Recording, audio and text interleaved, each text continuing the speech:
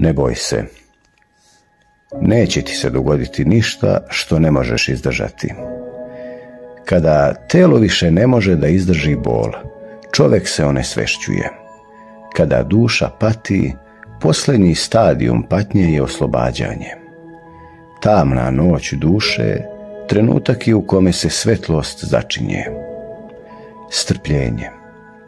Samo ti je ono potrebno i poverenje da je sve dobro i da najbolje tek dolazi. Ono što te sada tera da pomisliš kako nije baš tako, kako toliko toga nije dobro, možda je upravo ono što te sapliće. Nauči se da veruješ u dobro. Tako postaješ imun na ono što dobro nije. Znaš da zlo postoji, ali te ne razboljeva, jer ti si stranu odabrao. Ne boj se. Strahovi se obistinjuju i snovi jednako.